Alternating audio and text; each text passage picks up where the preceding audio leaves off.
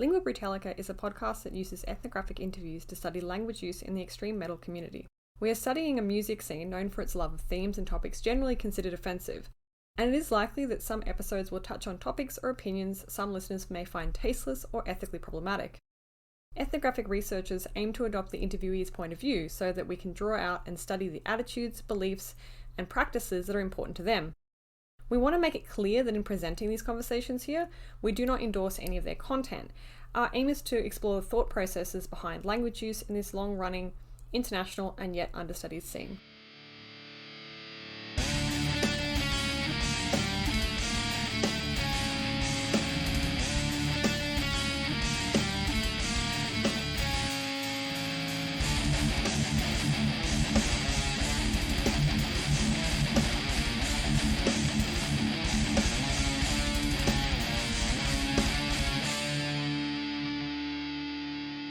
Hey everyone, welcome back to Lingua Brutalica with me, Jess Bunny Smith, and my co-host, Wes Robertson. Hello.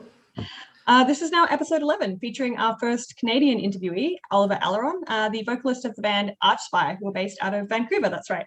How's it going, eh? Yeah, out of Vancouver. How you doing today? I'm doing great. Yeah, doing awesome. I went to buy a suit today. That's why I was late for the interview. Because I'm unemployed currently because of COVID, so I thought buying a suit and wearing a suit every day was a good unemployed look. So that's what I was doing today. Yeah. Yeah. Something about dress for the job you want, right? Exactly. Yeah. Yeah. Starting off as we always do, assuming someone had never heard of Archspire before, how would you describe their music? Annoying. No. I would say it's complex and extreme, and I would have to use the term technical as a sort of our catchphrase, is the stay tech catchphrase, that's just derived from basically taking a subgenre of music and elevating it and making it even more obscure, but just really trying to break it down and focus on each individual element to create something that's more complex and more orchestrated as a total. So that's how I describe Archspire. It's sort of a more composed version of a classic death metal band. Okay. Yeah. And was the kind of music was that style what you first started listening to when you started listening to extreme metal, or did you start with something else and kind of move towards this more technical? It's an embarrassing question, but yeah. I didn't start with that extreme subgenre as most. Yeah, I feel like most people don't really. I listened to a wide range of music at an early age, which I thought was really beneficial. I don't know if you guys remember those CD clubs that you could mail away and get CDs. Yeah. So my dad was all about that, and he would just get everything. Like he would get a Baroque, compact disc, box set, and then he'd get like a Limp Bizkit album or whatever. So I got this wide range of influence, and so I really started listening to heavy bands like the Melvins and Butthole Surfers and Nirvana, obviously, and Deftones. So really not super extreme, but for the time, kind of cutting edge, for lack of a better term. And it wasn't until I was about 16 or so that I heard Cryptopsy, that's also a Canadian band. They're from Quebec. And that was the most extreme thing I'd ever heard. But there was nothing else really. I heard that, and then I was listening to Ice Cube and and NWA and stuff. So I didn't really grasp it, but I loved the emotion of it and how extreme it was, and it sort of sat on the table as just this alien sort of music for quite a while until I started digging into that genre and discovering other bands that were like them. Wow, I think that's our first mention of Cryptopsy in this podcast. It's pretty obscure. It's actually the first band I went to see live. Really? Oh, yeah. They were our Canadian heroes. They were just so extreme. I got to see them when I was like 16, and I wore I used my brother's ID because he was older, so and he looked exactly the same. So I shaved my head. At the time I wasn't bald, but I shaved my head and put on like a tank top to try to look older, and snuck in. And the singer Lord Worm, who I don't know if you guys are familiar with Lord Worm. Yeah. But he literally eats worms on stage. Mm-hmm. So I got to eat one of his worms, which is disgusting. And then I asked him about how he did his vocals, and he does an inhale technique where he inhales instead of exhaling and creates this big like car screech kind of sound. And he taught me how to do it just in the crowd, like just after the show. And so I just practiced it from there. And he was actually also an English teacher, which is funny enough. Yeah, and so that was a big influence for me because he had really good lyrics that you couldn't understand when he was singing them. And I was like, well, I want to waste my time writing something that nobody can ever listen to or read. So you were attracted to the lyrics of metal quite early on then? Well, I mean, I don't know if you guys have felt this, and you can't say because you've interviewed a lot of, metal singers and you don't want to put anyone aside, but for me, they seem very, I don't know. A lot of the time they're just like very run of the mill. For a lot of bands, like I feel like if you really like a band, it's kind of dangerous to check out their lyrics because it can kind of ruin it for you. I'll love a band and I'll read the lyrics and it's like just the same concept over and over again, just murder. And, it's generally just murdering a woman. And it's just sort of like this played out kind of topic. And for Cryptopsy, I found like he put you in the position of like, you felt like you were there when you were reading his lyrics. Like there was something absolutely disgusting happening, but it was very creative and the concepts are really cool. And it strayed from just the, I'm going to go out and murder a woman kind of concept that I think a lot of bands just sort of ride, So although they're still discussing like, gore and violence, what about the way in which they write lyrics makes them more palatable to you than like, your generic death metal band that's just talking about, murdering women, as you say? Well, I think there's like this, the ambiguity and also just like, if you're not putting a picture in someone's head and it's just sort of, it just seems like they went through a thesaurus, they found the words that they didn't even know how to use, and they mixed them together and they're about murder. So I think for me, what stands out is when I read something like that really, it puts you there and you're creating images in your head that could differ from what somebody else, would read and what they would create when they're reading it. And that to me is, what I really like doing when I'm writing is I'm trying to create an image in my head, whether it's a painting or whether it's a short story, just something that someone can read, and whether it's specific or not, they can just take away an image from that, and they like that image, whether it's a disgusting image or a beautiful image that they just, they read it and it makes something come up in their head that they can remember. And when I see that in other writing, I really appreciate it, Are there any other metal bands that have done things with lyrics that kind of inspired you early on? Not so much, to be honest with you. It was always kind of disappointing reading the lyrics to my favorite bands. I mean, like, for instance, like the Melvins are we're a great band. They're like an old school stoner metal band, and the lyrics are nonsensical. They're just it's intentional. But I love them in the appliance of performance. It works. Same with Deftones. Like it's very poetic. But I've yet to like break into my favorite band's lyrics and decipher what they mean. I kind of just want to take them at face value. So just off the top of my head, I can't really think of bands that really, I mean, like King Diamond for one is not a great writer, but I love that he's telling a story. You know what I mean? I don't know if you guys are familiar with him, but he's hilarious. But he'll have concept albums, and he'll have a whole album about his grandma, or not his grandma, but our grandma. And I just love that. And as a kid, I was like, why don't more bands do this? Like, why don't you put someone into this story? You have this amazing soundtrack, for a horror concept. And then what I started to kind of realize diving into like some of the more extreme bands is that their writing style was very like personal. So like the whole breakup metal band kind of genre or whatever, where someone's writing lyrics about how hurt they are, how angry they are. And that immediately just turned me off. I think that's like something I've always, from an early age, really didn't want to do. because I think it just takes you away from the fiction side of, of metal, and why it's so fun for people, because it's a fantasy. I don't want to make it about me. I'm not very interesting.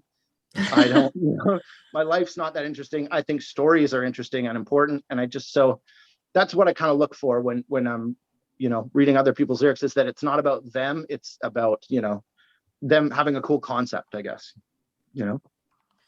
Is that the approach that you took when you first started writing lyrics? Like when did you start, and how did you first begin like trying to put a song onto paper? Honestly, I think I was about 5. Okay. And at the time, what the fuck was the song called?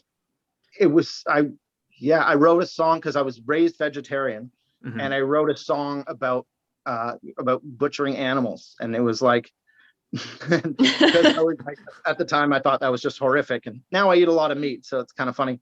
But that was, I started writing lyrics very early, and then all throughout school I just kind of did creative writing instead of what I should have been doing, which is why I have terrible penmanship. And I kind of realized that I was in school, I would be writing, but I'd be writing these ideas that were very strange, so I'd intentionally fuck up my writing so people couldn't read over my shoulder and see what I was writing with absolutely twisted shit. So even today I have like the penmanship of a 5-year-old. Were you attracted to like, you said fucked up shit, were you attracted to kind of horror stories and things like that at that age as well? Yeah, absolutely. And for me, like I have 2 brothers that I grew up with, and one is now an effects artist. But when we were young, like we were all about the old school horror movies, like the Lon Chaney and Bela Lugosi, and and we had like a little monster fan club, and we just loved the idea of creatures, because they were just, these concepts that were just created out of thin air, that were, super intricate and intense and had nothing to do with the world that we were in. And that was just fascinating for all of us. So I kind of clung to that right away. And I look for that in music, so that, definitely horror and science fiction. Like definitely grew up watching Next Generation with my dad, like watching Star Trek, and that to me, like if we could not to get too deep into it, but that to me is the difference between like a concept like Star Wars and a concept like Star Trek. Is Star Trek, you had all these crazy concepts, from real science fiction writers that were coming up with like, why do all the aliens look the same when they're from different planets, and there's a gene that extends through universes. And then you have like the Star Wars kind of fantasy and sci-fi, which is like good versus bad, and that's about it. So I was more interested in the concept rather than like, in the creation of a concept or monster. So yeah, that was always the intrigue for me to start writing. So what's your current writing process like? Like when you sit down to write the lyrics for an Archspire album, how does that transpire? Well, I hate doing it. I don't hate doing it. It's kind of like I just put it off till the absolute last minute and stress out about it until I absolutely have to do it. And I do have a weird, like over the years, I've developed a more consistent and a bit more professional technique to writing, because I have to. I don't, like when you first kind of start playing in a band, there's no money, there's no, label, there's nothing so it's all just your own creativity, your own drive. And as you progress in the business aspect of your performance and your writing, then you sort of have to hone your methods of how you're going to get it done, So you just get a more professional, attitude towards it. So for the second to last album that we did, Relentless Mutation, I wrote the lyrics, but it sounds stupid as I'm saying it, so bear with me. But I wrote the lyrics by locking myself into a house for 7 days by myself without a phone, no internet. I only ate hard-boiled eggs and cabbage and black coffee. And I didn't talk to anyone. I didn't go on the internet. I didn't read anything. I didn't use a thesaurus. And I just went fucking crazy. And I started to I worked with an idea that I had from a dream that I got. And I just developed that idea, and I would just wake up and write all day until probably about 12 hours, and scrap most of it. And then I would go to sleep and just, that was in my brain. So that's what I'd be dreaming about. And then I'd wake up and I'd have new ideas to add to it. And I just did that for a week. And then the lyrics were done for the album. So did you bring the album with you? Like... I had, yeah. So what we do is we all write, like I write the music with the band. We write everything together. There's no one person that just comes and is like, here's the song. So we have a very fine like mesh filter for everything. So if someone has an idea, it goes through 4 other people and we chop it up and we make it, you know, different and until we're all unanimous on it. So, and we don't do the same with the lyrics, but what we do that with all of the music. And then I take that home and I lock myself away with it. And I basically play like a crossword puzzle with it. And that's, the hardest thing for me is if I were writing just creatively and just writing a short story, I feel like I would have so much freedom. But this style of writing, when you have it in these, you know, it's like a maze that you're in and you're gridded into the music. So you really have to like make all your syllables fit. You know, you want to have a cohesive story. And I feel like that's where a lot of people fall short because they worry more about the music. But there is really a fine line you have to ride between, you know, making it a cohesive piece of writing, but also you have to fit it in this very intricate music. So, you know, for that reason, it's kind of a daunting task that I put off till the last minute. But yeah. So I suppose like, yeah, like you said that like, you know, there's not the same kind of editing process that you go through with the lyrics. So as in terms of like the whole band not necessarily contributing to that editing process, but how do you yourself go about like kind of editing your lyrics after you've come up with like, I don't know, like the first draft? I mean, for me, a lot of the time it's because I do very syllable heavy, like staccato kind of style stuff where I'm matching every syllable to every snare hit. So I'm looking for those words that have, you know, not a lot of S's, you know, so there's a very like physical sort of style to how I write because it has to like, you have to be able to say it all very quickly. Which I think is the hardest obstacle. But so I'll write that way first a lot of the time. And then I'll go back and be like, okay, well, does it make sense if someone just read it? And that's kind of how I edit is I want someone to be able to read it and maybe like, oh, that's a weird poem or something or story. So that's sort of my filter. And the band doesn't really care about lyrics at all. Classic, yeah. Yeah, like I don't think they've like 3 of them, sorry, have like probably never read them. But they probably never read a book either. So but I do, and I don't have a very like it's sort of get it down on paper first and then chop it up later kind of attitude. Like my spelling is atrocious. You know, and my punctuation is off, but I just want to get it out as quick as possible. If I get a good idea, it's got to go on paper. And then later on, I start to chop it up. And then I'll just keep going over it and refining like every syllable, you know? And if there's a word that's just, I don't know, like there's also like the cheese factor to some stuff, like you know, and I try to have a cheese filter. Like if you read it back and you're like, that sounds kind of cheesy, you know, like I really want to avoid that. So that's like the main thing when I'm editing is like, make it sound like it's not me. And if someone read it, didn't know that I read it or that I wrote it. Do you know what I mean? Like kind of remove myself from it. So you're just looking at it as a piece of writing and not like, oh, that's clearly written by a bald 35-year-old prick, you know? What makes something like cheesy and what makes something, I guess, metal? It's just there's certain words you can't yell in a brutal tone. Do you know what I mean? Like if you were to yell bedroom or something in a brutal tone, like it just doesn't really, so you have to kind of, there's always a workaround. But if you go the workaround to the extreme, then you're in like the thesaurus zone where you're just like, you know, now I'm using a bunch of words that I don't even know how to put together in a proper sentence. So there is a fine line there between, you know, what sounds cool and appealing to the ear if you like that genre of music in that tone of voice, and then what just kind of takes you out of the fantasy, you know? So, given that you focus so much on like kind of creating the narrative within your songs, and there's so much like kind of a story focus when you write, do you think that like if you were to just remove your lyrics from the context of the music, do you think they'd still read as like recognizably metal?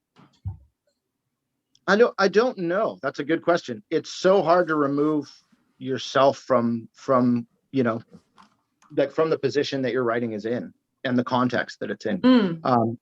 So I would like to think so, but I also don't know that I'm that good. But that would be what I would strive to do, is that someone could take it out of context and it would still hold up as a good piece of some kind of literature. But it is hard, because there's sometimes like I know what I want to say, but there's simply not enough bars or snare hits to fit it in. So I have to cut out words, and I just hope that someone could read it and be like, oh, okay, that's a short, sentence that's supposed to represent this idea. And some people get it, and it's amazing when they do. And then some people just really don't, and just think I'm a crazy person. Do you have fans that come up and ask you about what you've written, or talk to you about what you've written? Like, do some of them really, really understand the story you're trying to tell? Yeah, it does happen. And when it does, it's really cool if they're not really high. I do get like, I'll get, people like a dude came up to me and Toby at the merch table and was like super high on acid and was like, man, I've been reading your lyrics like over and over again. And he broke it down, and he pretty much nailed it. And it was cool. It's kind of sucks being around people that are super high when you're just stone sober. But yeah, I get people coming up and they've really analyzed the story, and they ask me questions about it, like what is Ohm, and and what was happening in Lucid Collective, and they'll ask me like specific character questions and stuff, and it's really awesome, because it's it's sort of like it's a cheesy comparison, but sort of like a sand mandala. Like, you write and you spend all this time to write this story, but then you just growl it super fast so nobody can understand it, and most people don't read it. So it really is.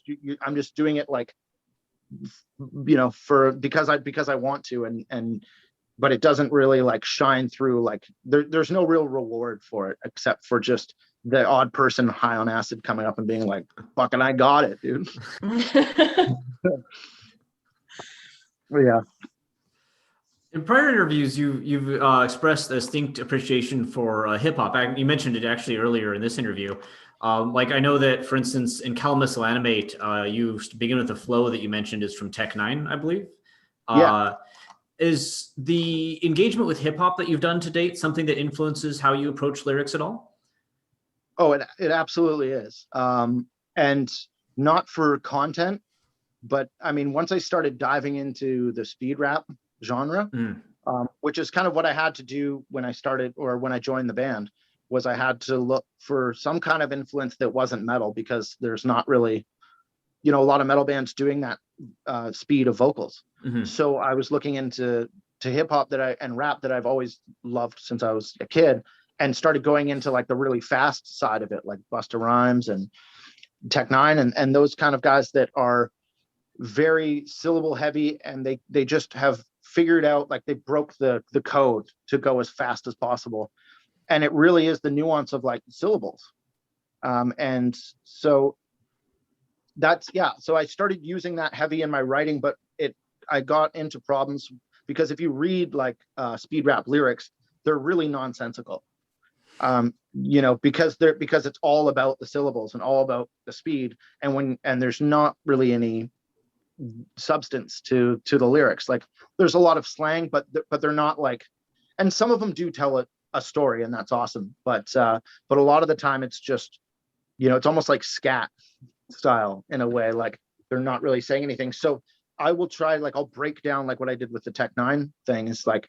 break down his part, and that was like I wanted to directly rip him off, just so just to really like emphasize the influence, because I feel like if you have an influence, you should you just wear it, and don't try to hide that you're influenced by that. So I just really wanted to rip him off, but I wanted to do it, with one of my weird stories.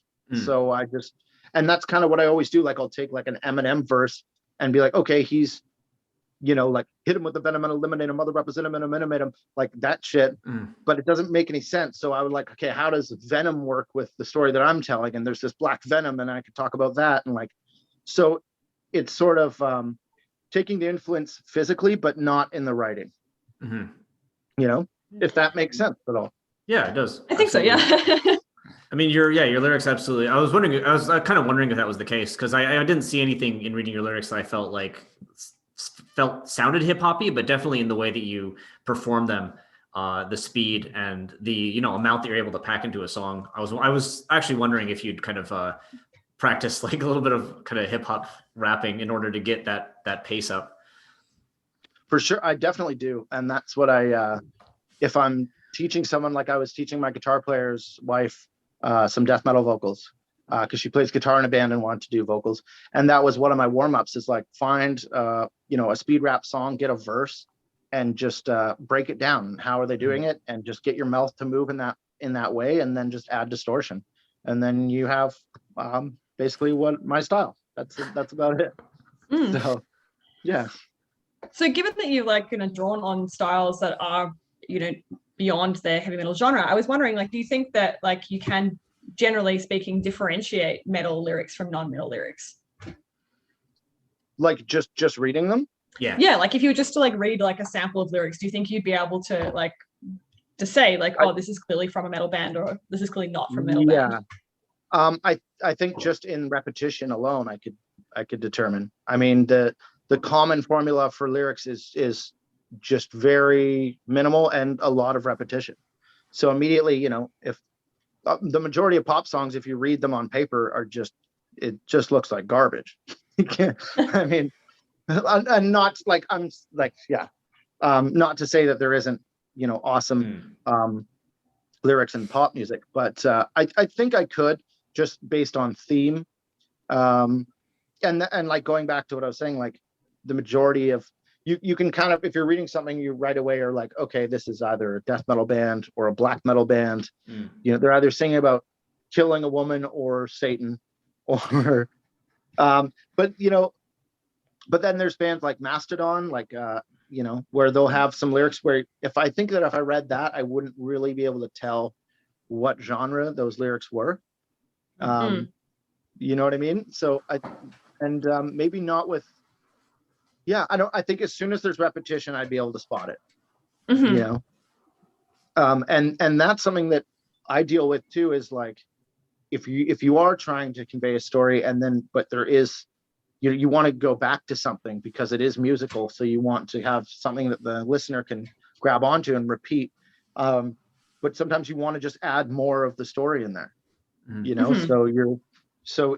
think that I could spot songs over just stories because I'll feel like a forced divide in the story to implement the repetition, because they have to musically. So is repetition something you don't associate with other types of music? No, I do, but I just for death metal, it's a lot of the time there's a lack of repetition. Oh, a lack of repetition. Yeah. Oh, okay. Sorry, I misunderstood. Yeah, sorry. So if I was reading pop lyrics, I would see a bunch of repetition, and I would be like, okay, that chorus stuff, you mean? Yeah, verse, chorus. And, okay, yeah. But a lot of and I feel like this can kind of inhibit a lot of death metal bands, is their lack of repetition. Because they play this extreme music, but they're not they don't bring it back to something that people can catch, no repeating riffs. Yeah. Yeah, so that's something that we've always been aware of, and that I try to do, even though we're playing a very obscure form of music. I'm writing very obscure stuff. I try to write the name of the song in the song and say it more than once. And that's something we did a lot on the new album that's not out yet, because we have this style of music that's abstract, we want it to be accessible to people. We want people to be able to listen to it. And so that's a heavy focus in my writing is, okay, what's the cool line here that I like, and how can I repeat it? And so that if you get nothing else from the song or from the lyrics, you at least get that takeaway of the name of the song. Speaking of your lyrics specifically, In looking at your albums so far, obviously besides the new one, which we haven't don't heard or seen yet, we noticed that there's a number of themes that kind of come up time and time again. Specifically, concepts like forced human evolution, mutation, transcendence, and usually these kind of things leading to some sort of disastrous outcome. Is this something that you personally do see as a theme that you like to engage with? And if so, what about that theme is attractive to you? Yeah, there are common themes, and to be honest, like the majority of them just came from having really crazy dreams, and then trying to decipher them.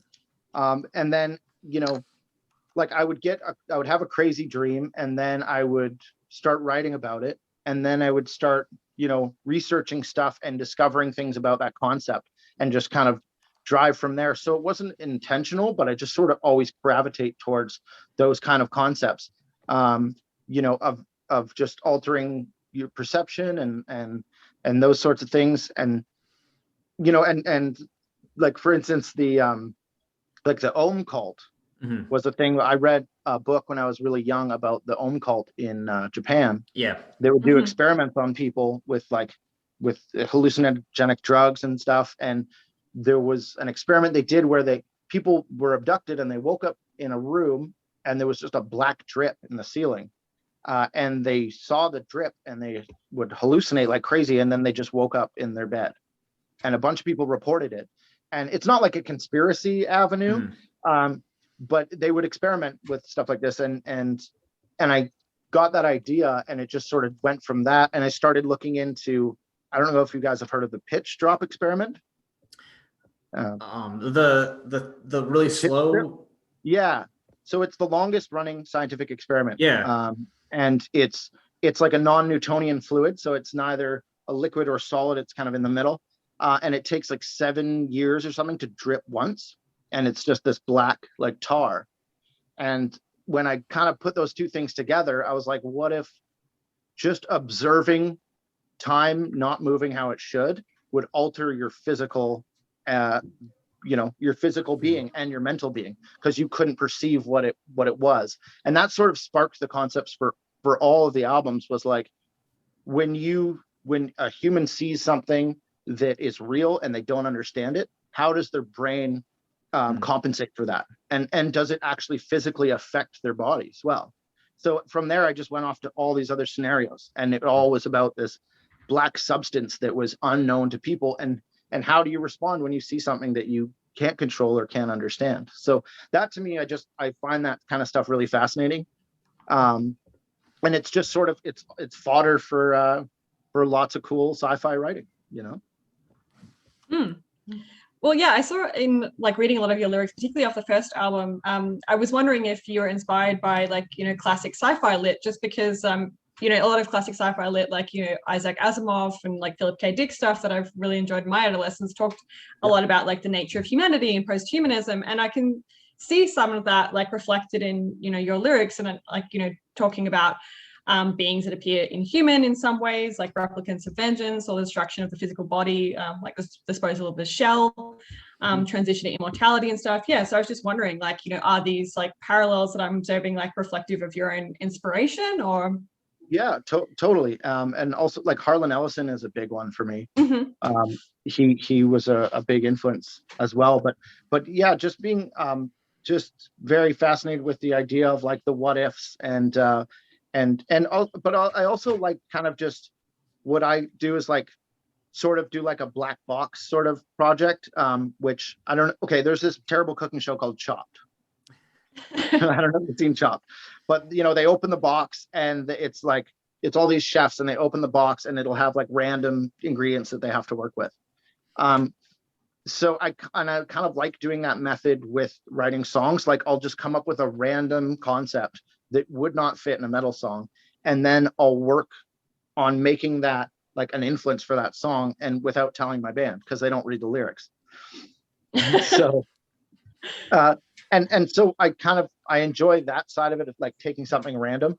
Like, for instance, we have a song called Lucid Collective Somnambulation, which I was like, I want to write a metal love song that and not tell my band, about one person that like about two people that actually share a dream together, and they manage to manifest a completely different reality that they can exist in forever, which is a really, the concept is very cheesy, and it's like a romantic poem concept, but I wanted to put it in, in a setting where it was brutal death metal, and not tell my band. So hopefully they don't watch this, and if they do, then that's sweet. I'm writing love songs and they have no idea. So. Do you think that they would, if you just sat down and said, "Hey, I'm going to put a love song on the next album," do you think they would oppose it flat out? Absolutely, yeah. Which is stupid. Which is absolutely stupid. I like not leaving. Like I did say before, I don't want to contradict myself. Like I don't like the standard genre, writing of just just straight up murder. Mm-hmm. But I do think that it's cool to not leave any sort of concept off of the table. Like if you can you take like an ingredient that really doesn't work in the dish and you make it work in the dish, Mm-hmm. So, Mhm. and yeah, I'd find that's a cool challenge. Like we did that, or I did that with a song that we have called Calamus Will Animate. Mm-hmm. Mhm. And I wanted to do a song about a pillow factory, like a factory that makes bedding and pillows, Right. Mhm. and make it like H.P. Lovecraft. Mm-hmm. So because I thought, like, I was thinking about what's the least death metal topic. Mm-hmm. It was like Mhm. a factory that makes pillows. And so from there I was like, okay, well, how could that be twisted, and how could that be a story about, transcending, from this realm. So and so that a lot of my inspiration just comes from that, like coming up with a random idea and trying to put my own spin on it. Is it hard to fit it not only within metal, but within the broader, because you have this broader thematic sort of narrative that goes throughout not only your albums, but sometimes not only one album, sorry, but across multiple albums. Is it tricky to take a thing like a song about a pillow factory and fit it in the story or the Archspire sort of mythos, I guess? Well, I mean, there is a lot of leniency with that because you have some artistic license, because it can, some songs can be more poetic, some songs can be more linear. So I think, and I kind of take each song as its own piece. And then there is, some correspondence between them, but there doesn't necessarily have to be correspondence. So I don't want someone to be looking to the next song to figure out what's happening, from the past song. And that's just something I haven't done yet. And that I might want to do for fun on a future album, is just create a completely linear story. On the new album, I did one song that was just completely linear. It was like, this is happening, and then this happens, and I was taking the reader or listener just through what was happening. And I enjoyed that a lot. I might try to write like that a bit more in the future, I think. I might have misunderstood then, because I thought Relentless Mutation was sort of a story throughout about the cult and their experiments. Is that not correct? Or it is, yeah, it is. But so Relentless Mutation was basically like, it was 7 different sequences, like of experience from 7 different people. Oh, okay. So it does all correspond, but it's not like, but they're each experiencing, like I was saying, like it's a different interpretation from each person of how they're experiencing what they're seeing, and how it affects them. So it was, yeah, it is conceptual in that sense, but there's not like it's not a chapter 1, chapter 2 kind of thing. And that also comes from just how we write. Like, we don't know which song is going to be first on the album, which song is going to be second. So for me to do a very linear story that, like, even if I wanted to, it would be very difficult, because we have to base it on the feel of the music first, right? So yeah, it is a concept album, but it's not it's not a from start to finish story. Okay. If that makes sense. Yeah. Yeah. So yeah, given that, like, you said that you are, like, telling stories based on like ideas that you've had and concepts you want to explore, we were wondering as well, like, if given that science fiction itself has long been used to like kind of comment on and explore issues in contemporary society, if this is also something that you're trying to do with your lyrics. Honestly, not really. Like, for the new album, I can't talk about it too much. Yeah, of course. but for the new album, there is like some sort of undertones of not really social commentary, but there is some kind of undertone of that, in just like I try to take the extreme fantasy version of a story, and then if I can inject a little bit of commentary in there, and you know, then I will, but it's definitely not at the forefront of my writing. It's just more of a creative process first, and then if I can make a correlation between that and you know, and something that's actually going on, then that's cool. But yeah, I wouldn't say like that's really something I do. I try to just keep it strictly creative, really. Right. Are there times when you've written a song and then come back to it years later and read something into it that maybe you didn't plan on? Yeah, I think so. Like, you know, I feel like I'll sort of look, if I'm wanting to get into writing like the new album, I'll look back at the old stuff and kind of dig through it, like just kind of going through old pictures, and dig through the ideas, and a line will pop out that I'm like, oh, because I won't even remember writing it, you know? And so I'll be like, oh, I wrote that, and that will tie me into an idea that I can sprout and make into something else.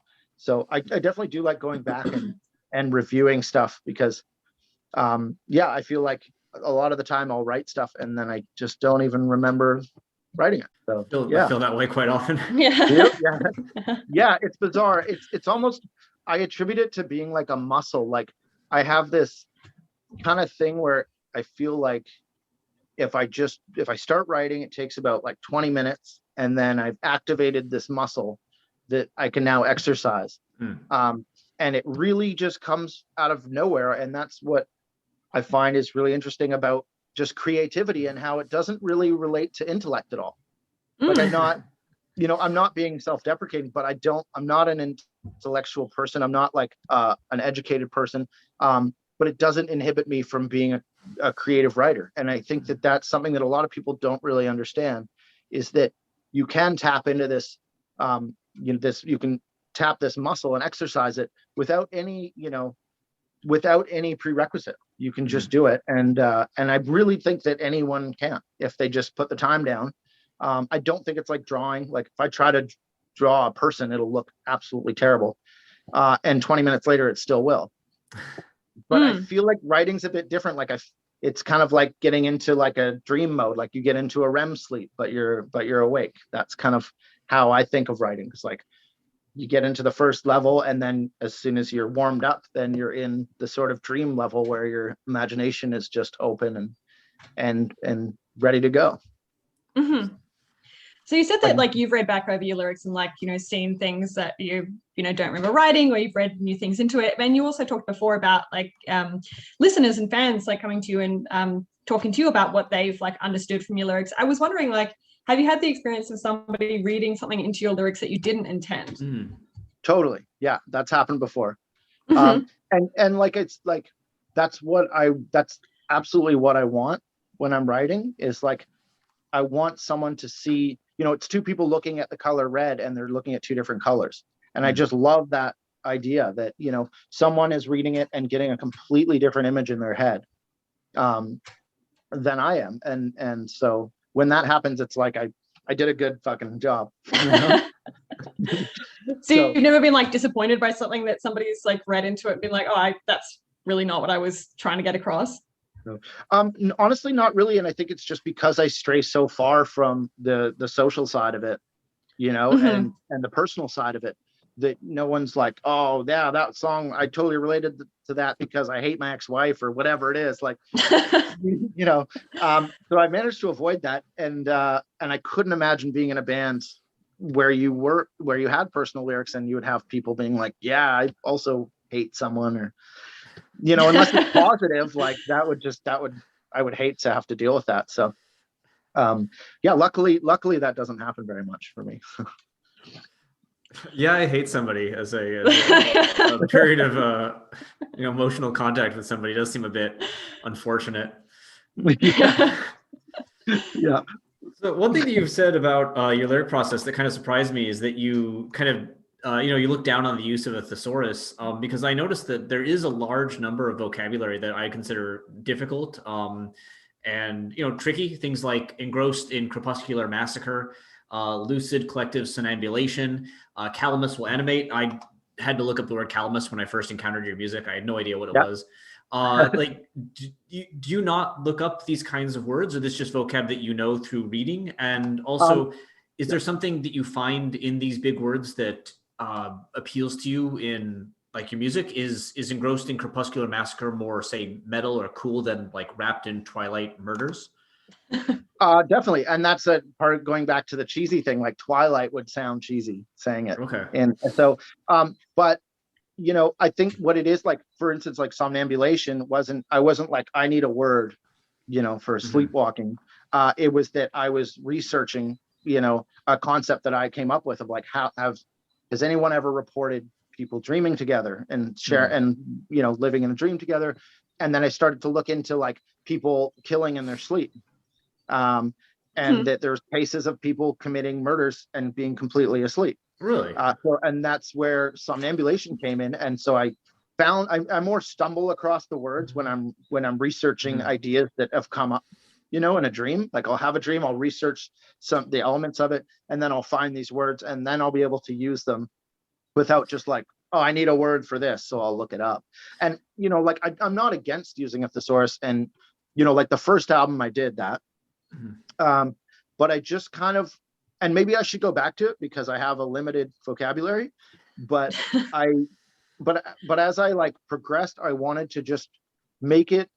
So again, I'm going to use a restaurant analogy where I feel like I don't want to intimidate the person eating the dish. Like I don't want someone to come in off the street to this fine dining restaurant and not know what they're eating. And it's like, and they're like pretending they know what it is. I want to give like, I want anyone to be able to just pick it up and look at it. And that's sort of the direction that I've been slowly heading in. And if there is a word like somnambulation, there's that one word, but other than that, there's not like, it's not a slew of foreign words, so they could look that one word up and be like, oh, okay, that's what it is.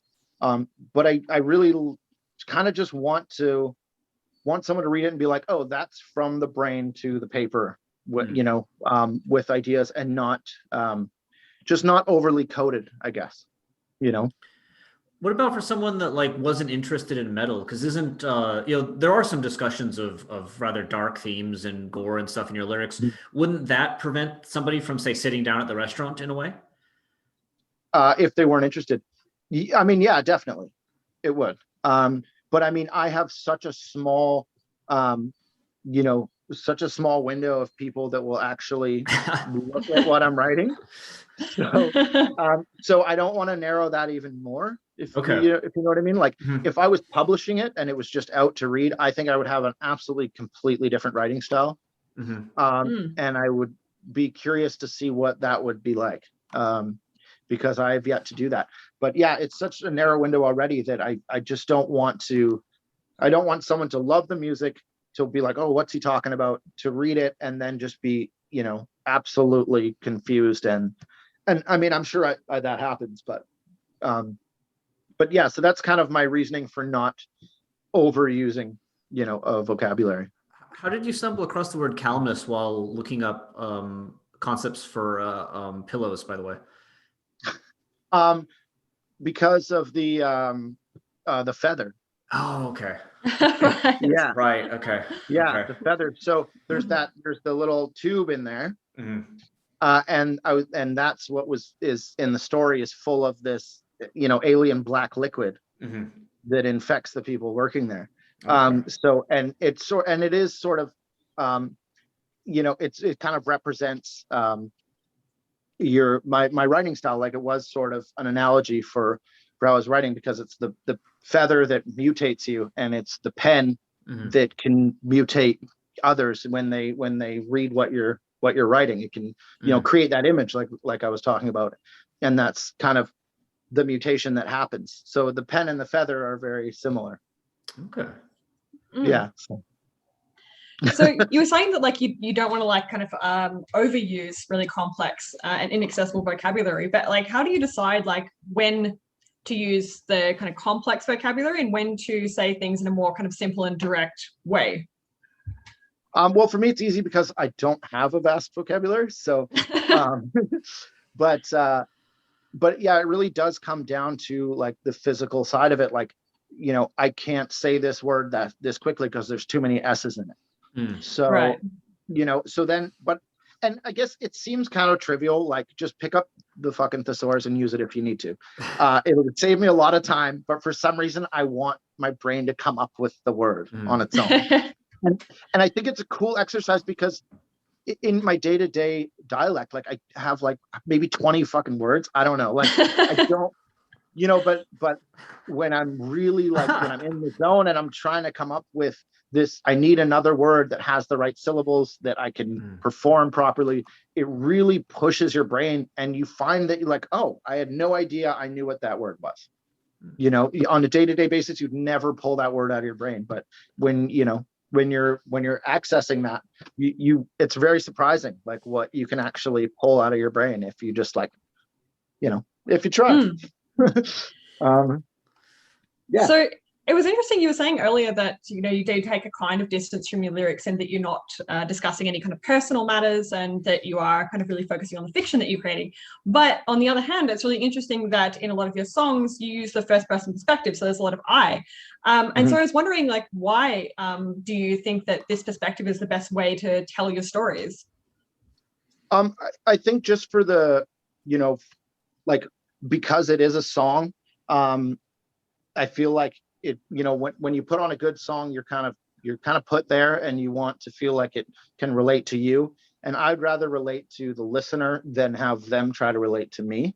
So for me, using first person is like, it's putting on the VR like headset, you know, you're like, it's first person and it makes it like more impactful, I think, for what they're experiencing. And it also kind of makes it a bit more like solid, like it's not as I don't know how to explain it. Like I feel like if it's just a slew of ideas and you're not attaching it to like someone witnessing it, then I feel like it kind of takes away from the impact of the story, you know. And I think that's a big thing. Like I always start writing a song and I'll be like, hey, what perspective should this be from? And generally, like a lot of the time it is I, or sometimes I'll write we. Like for Remote Tumor Seeker, I wrote it about one person that has a split brain, which is actually a thing that actually happens where the membrane between your two hemispheres splits, and one part of your brain will start making excuses for the other part when it's fucking up. So I wanted to write a song about what would happen if somebody was trying to hunt a killer, but they were the killer, but they didn't know because they had split brain. So I was trying to write through the perspective of two people in one person. And that's just kind of a fun thing to take away. And I don't know if people got it from that. But I think that's always a fun thing to do, is to be like, when you're starting out a story, be like, what perspective is it from? And the fallback is first person. But that just might be my lazy writing, to be honest with you. But like in the new album, I wanted to write a song from the perspective of a woman and not me, you know, and not a man. So I wrote a song about this woman that was giving birth to something that wasn't human. And it's, you know, what she was going through. And when the band saw it, they're like, what? You're like, why are you using those pronouns and stuff? Like, well, it's not about me. None of the songs are about me. So, you know, like I thought I always want to make it like about a person that you will never meet, you know, and witnessing a horror is one thing, but reading about someone else witnessing it can have a different impact and be equally as scary, if not scarier. So in that case, you use third person, is that right? Oh yes, in that, yeah. Okay. In that case, yeah. But like, that's what I love about H.P. Lovecraft, is it was always like somebody witnessing this horror, you know, rather than the first person. So I think that's a cool thing to play with, but I just like to change it up quite a bit. You know? Is there a time in your lyrics though where I ever has been you, or that you felt a part of yourself in the protagonist, either before or after you write? No. No, not at all. I'm always thinking of someone completely different.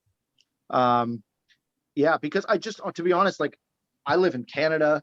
I don't have a lot of crazy experiences. I don't have a lot to draw on, to be honest. Like, it's not that exciting. I don't live this crazy exciting life where I'm doing lots of crazy shit. And so I envy writers that can draw on their personal experiences. I think that's a really cool skill that I just haven't developed yet, you know? Yeah. I just feel like I haven't done enough to really draw on my own experience. So I just try to come up with very random characters that don't have anything to do with me. When you're writing about something completely new, like say a woman giving birth or something like that, is there a research process similar to the one you're talking about for, say, looking up things about or the other, when you're talking about from the eye perspective? Yeah, I mean, like the newest one that I was doing wasn't. I don't think I did any research for that, but it basically stemmed from like the concept of the album is, what if humans started giving birth to something that wasn't human, and which I haven't, because I hadn't seen that in really any horror movie, and I had a dream about it where there was, everyone on Earth was just giving birth to something that wasn't human. Every birth wasn't human, and I was like, well, and everyone was okay with it. They weren't shocked, and I woke up being like, how would that happen? So I was like, well, what if they had a benefit? What if they could show you the future, these things that people were giving birth to? So people would become addicted to looking into their own future from these creatures so that they would continue birthing them and no one would be afraid. So I wanted to write from the perspective of like, of a woman who is pregnant and giving birth to this completely foreign creature and what that would be like. So for the new album, I didn't really do any research. It was more like just very off the top of the head. But yeah. So it's very dependent on the material and on the album. Right. So I don't know if you've done it differently on the new album, but on your previous albums, although there's a lot of like reference to violence, there's not a lot of like really graphic description of like gore or violent imagery. So is that something that you actively try and avoid? I do. Yeah. I like to not be vague about it, but I like to present a violent situation in a poetic form rather than be very literal, and that's just to be kind of adverse to to be adverse to what I see a lot of other writers doing in the genre. Like Cannibal Corpse is very literal. Comes up every interview. They have come up every single interview, haven't they? Well, I mean, they created the the genre, and they were and I love their work, and I think the writing's cool, but I definitely don't want to go down that trend. So if I have an idea of and there's a violent scenario happening in one of my songs or stories, I want to write about it in a way that like someone could interpret it in a different way, and it might seem more brutal to others and less brutal to some, so making it a bit more poetic rather than literal. We noticed that there's also a fairly large number, like at least 2 or 3 songs on most albums that reference like mothers, birth, brooding, litters, or similar vocabulary. And they often involve either usually the deaths of the mother or the children, sometimes at the other's hand. Like I believe Relentless Mutation has the first person that mutates runs away, and then the mom mutates and ends up killing the person that ran away. Is that?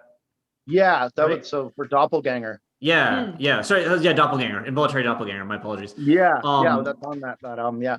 So, are we reading into things too much here, or is this topic of like mothers, children, birthing? I mean, we just actually did mention it with the new album as well. Something that you intentionally kind of try to revisit. Is there something about this theme that you find quite interesting for, I guess, exploration or even just Archspire's music?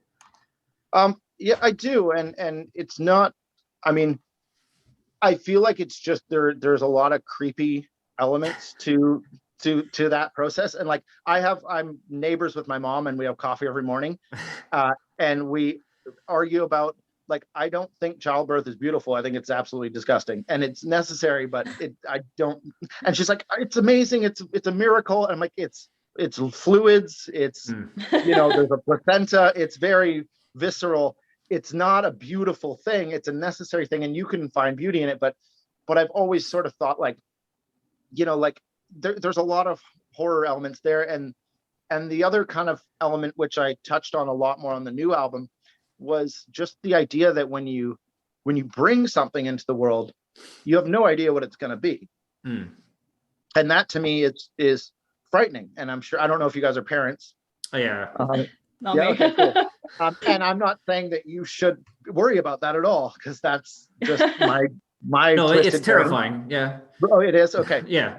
Yeah, and I live with my brother, and he has 3 kids. And just, I wanted to really tap into that, like, fear of, like, that I could give birth to a serial killer, or I could give birth to the next Trump, or whatever. I mean, so I just think it is a cool sort of, it's a cool concept to dive into. And I feel like there's a lot of open doors to explore there. And yeah, I don't know why I gravitate towards that, but I think because also, if you're playing death metal, I think the birth of that is equally as important as the death side of it. So I like talking about the birth in death metal. Yeah. No. Equally gory. Yeah. Yeah, absolutely. Yeah, maybe more so, actually. Yeah, and again, it's to just be contradictory to the genre. Everyone's talking about death, and I'm talking about birth. So, So we talked before about, like, violence and gore and stuff like that, and we're saying that there's not a lot of gore in your lyrics, but there's also not a lot of swear words. I was wondering, is this something that happened by chance, or is this again something that you've, like, tried to avoid? I definitely try to avoid it.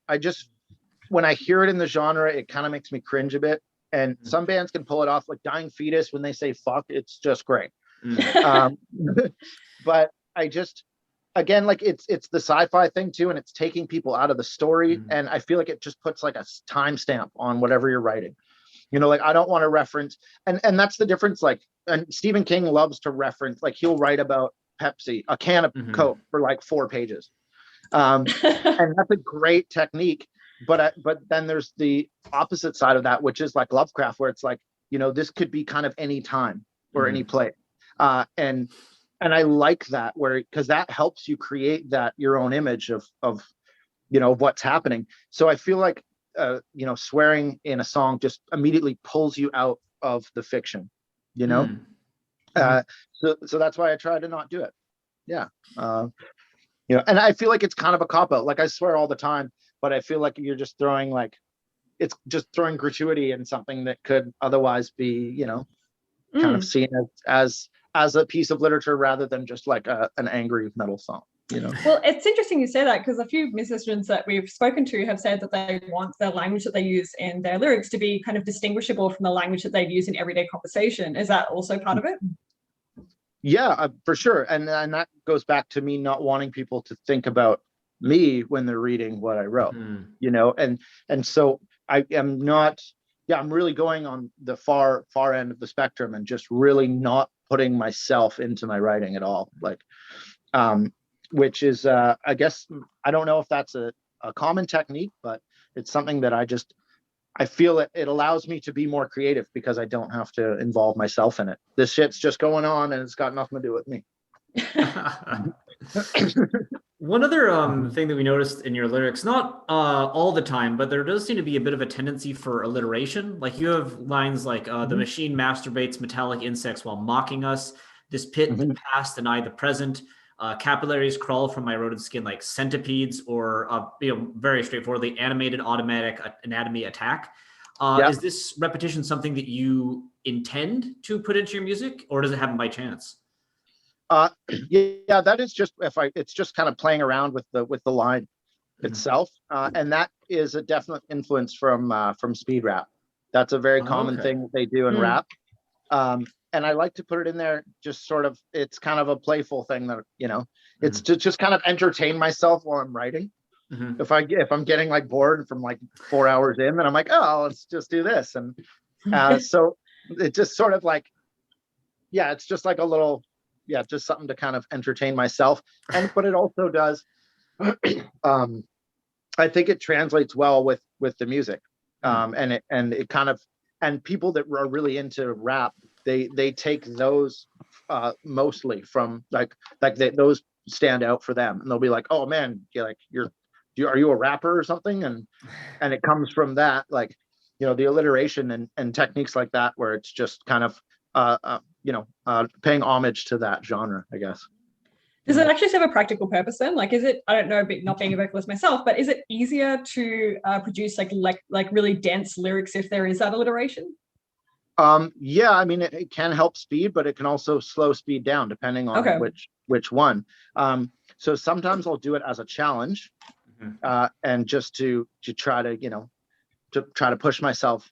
And then sometimes it's like, okay, this just flows better with my mouth. Like this just works. And it just has a good sound. And so a lot of the writing it does come into like sound as a factor, and just like one of the things I love the most when I hear in other bands is like when you hear a word and the meaning is completely gone because of how they sing it, and so like I don't know, I want to give an example, but like I have a cousin named Justice, and I don't think about the word justice when I call him Justice. Like it's just his name. And when I hear that in songs, for some reason it like stimulates this part of my brain, and I'm like, yeah, like I don't know, I just like that. So whenever I can accomplish that, like through alliteration or through just like cramming two words together and it becomes a different word, I really want to go for that anytime that I can. And it's just straight up like just brain candy, like it's just for fun. So I suppose if we can ask like as a kind of final question, what do you think is like the fundamental purpose of the lyrics in your music, or more broadly in a genre like extreme metal? The purpose? Yeah. I would say to entertain, to honestly just to entertain and to stimulate someone, like just really I'm a firm believer in like escape and entertainment and myth. I think like and it doesn't mean you don't take anything away, but you're stimulated by something that you don't need to immediately study. You can if you want, but it's just it's the pure experience of just and taking something in and just and really just consuming it and being entertained by it and being stimulated. So that's kind of what I go for. I'm like, what could be the most stimulating thing for someone that listens to this music to hear, and that kind of is like my end goal, just to entertain people. Basically, I'm just like a clown, basically. And is that kind of what you're trying to contribute to like the extreme metal genre as well? Yeah, absolutely. Yeah. To just, like it's kind of like we all wanted to do something more extreme, and speed was an avenue that we could take. And I was like, for me, I was like, how can I do something that I haven't heard before? And I just put two things together. It was like, okay, now I can mix speed rap and death metal. And I haven't heard much of that before. So that will be a new thing that people will like or absolutely hate. Mostly the latter, but and so I kind of took that avenue because I wanted to entertain the most amount of people. And I just, and that's kind of the whole goal, is to just have as many people as possible listen and hopefully enjoy it. And and I just love science fiction and horror, and I want someone else to hear us and get into it too, and just be able to make those images in their brain that they couldn't get from just going on their phone. So you definitely, if there was a preference, you definitely want them to go in and look and read the lyrics and engage with them beyond, because with extreme metal, obviously you don't hear the full range of the lyrics the first time you give the song a listen. So I mean, if you had a choice, would you definitely want them to read what you've written and give it a bit of a think? I would love it. I absolutely would love it. Yeah. I hope that happens more. But again, I understand why it doesn't, because when I dive into that, it can really make or break a band for me. So And that's kind of why I don't want to alienate people. I hope that someone likes the music, they read the lyrics, and they're not disappointed, and that's like, yeah, that's the end game, that they're like, oh fuck, the lyrics are cool too, and he's not just talking about fuck and shit and killing people. So when will we have a chance to check out the lyrics of the new album? When is that going to come out? So we're working on a music video right now that's going to be really cool, that we're really excited about.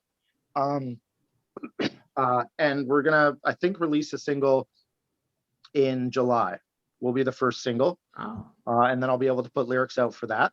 Nice. And I'm really stoked on the lyrics for it, for the album.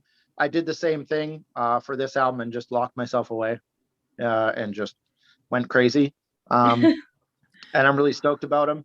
And there's some cool little little homages in there. One of them is to the Pixies. Wrote a song based on a Pixies song. Okay.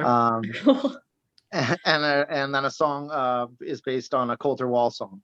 I don't know if you guys have heard of Colter Wall. No.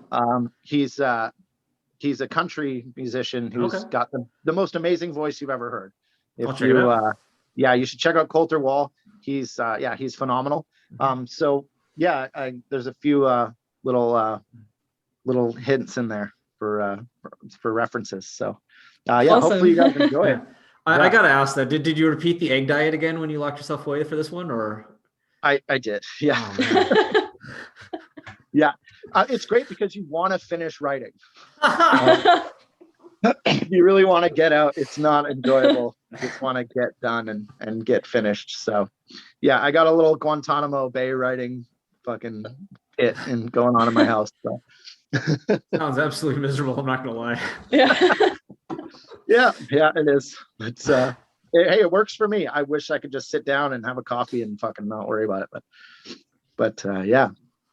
So I'll send you guys that stuff when it comes out. Yeah, we'd love to yeah, hear it. please do. And in the meantime, where can listeners go to find out more about Archspire, your music, when release dates are, and tour dates when that's eventually a possibility?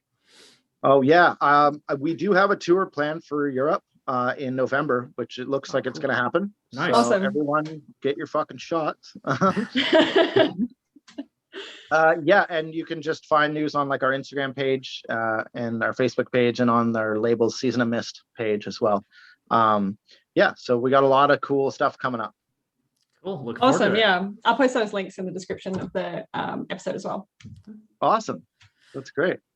Well, it's really awesome talking to you guys. I hope that you weren't too annoyed by me. No, this was fascinating. It's brilliant. Thank you very much for your time. Yeah. Well, it's Sweet. awesome talking to you guys today. Yeah. No, thanks. This was lovely. Yeah, you too. Really appreciate your time. Yeah.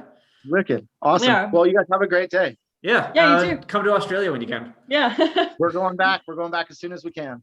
Awesome. Vegemite for life. Yeah. We'll see you there. Awesome. See you guys. Take care. See you. Thank you for listening to Lingua Italica. We hope you enjoyed it, and we hope you stay tuned for our next episode.